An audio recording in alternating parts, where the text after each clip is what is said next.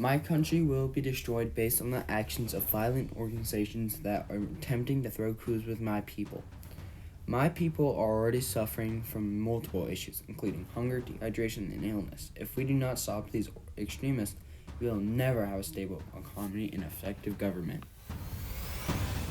My name is Alette, and my family and I live in Chad. We are a very poor family. I have a mom, a dad, two brothers, and one sister. We live in N'Djamena, the capital of Chad. Our house is made of clay, thatch, and natural resources. We get along fine, and we are happy, but my life is hard. We cannot afford to have a car, so we have to walk to school in the morning at 5. My school tries to teach us about writing and other things, but my school does not have many resources. My mom works in the sugarcane farm, and my dad works at a cigarette factory. Sometimes after school, me and my siblings help with the work, but usually I do most of it because I'm the oldest. During the Neolithic time, the region of eastern Sahara to the Sudan from Fazan was well populated. According to legend, the people who surrounded Lake Chad in the south mysteriously disappeared. The descendants of these people most likely reappeared in Kotaku along the banks of Longjong and Sharir. The relatively large and sophisticated kingdoms of central Sudan were the creations of the Saharan Amazon. They continually moved forward southward, searching for pastures and imposing their dominance on the small agriculture communities. This expansion was intensified by the spread of Islam. By the early 8th century, large numbers of Amazigh had immigrated to the central Sudan, bringing their traditional religion beliefs with them. This was the basis of Islamic Sudanic cultures. By the late 16th century, Kanem was the most important state. The kingdom of Bargari and Udami emerged in the 17th century, based on the Islamic Sudanic cultures from Kanem. The Arab dynasty of Udam was able to overthrow the dominance of Dhofar and extend its territories by conquest to the east of Kanem.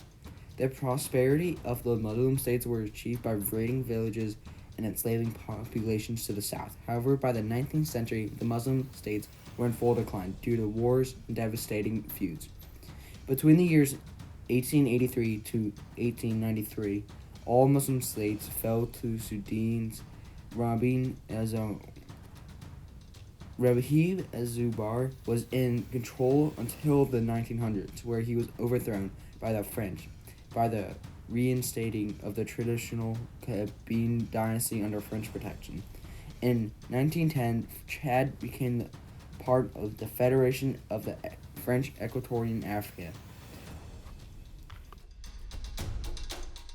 By 1914, under Progression French rule, the pacification of the whole area of the present republic was not complete. There was a pact between the French and the Italians that would ceded the Azul Strip to the Italian-ruled Libya, but the pact was never ratified by the French National Assembly.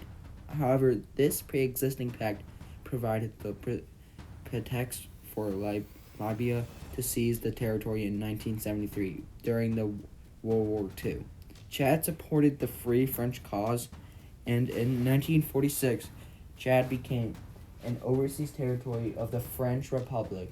Chad's path to independence began in 1957, where the first territorial government was formed by Gabriel Descent, a West Indian and leader of Chad Progressive Party (PPT).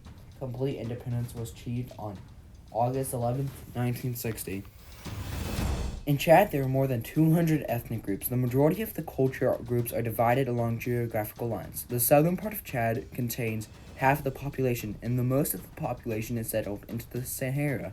The rest of the people who live in the northern part of Chad are mostly nomadic tribes.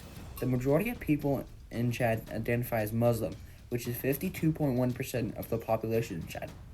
The food in Chad is unlike other African countries. It does not have a lot of cuisines. Millet porridge, that although is widely eaten throughout the northern area. Cuisines is different in the southern area. People like having variety like rice, beans, potatoes, and fruits. People in the northern area like milk, meat, and fish. One fun thing to do in my country is to watch camel races. My family used to visit the Lake Chad for the views and dipping our feet into the water. The country is facing multiple problems, including underage marriage, food problems, and climate change and poverty. In case of this underage marriage problem, 24.2% of women who are 15 are married, and 60.6% of women that are 18 are married. Another problem is Lake Chad is drying up due to climate change, leaving less food for everyone, which is not good considering that 1 in 8 people is a refuge. There's another significant problem. Not enough food for all the people. And this is an ongoing problem. Continually leave less and less food for all the native population and the refugees. Another problem is poverty. More than 40% of the population is in need in humanitarian assistance. This accounts for 7.6 million people in need of food and money. This reason the people in Chad cannot afford the medical care and food that is making they make around 60 times less than the average American. The biggest problem in Chad is the extremist organizations. They continue to fuel economical and political instability, which is the result of poverty and hunger for the general population.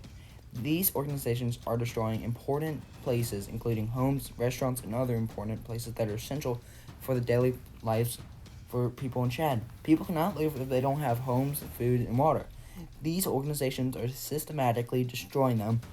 We have to begin making effort by making a solid government so we have a better way to address these problems. People outside of Chad can also help make an effort, make Chad a better place by donating to charities that support services and food for the people in Chad,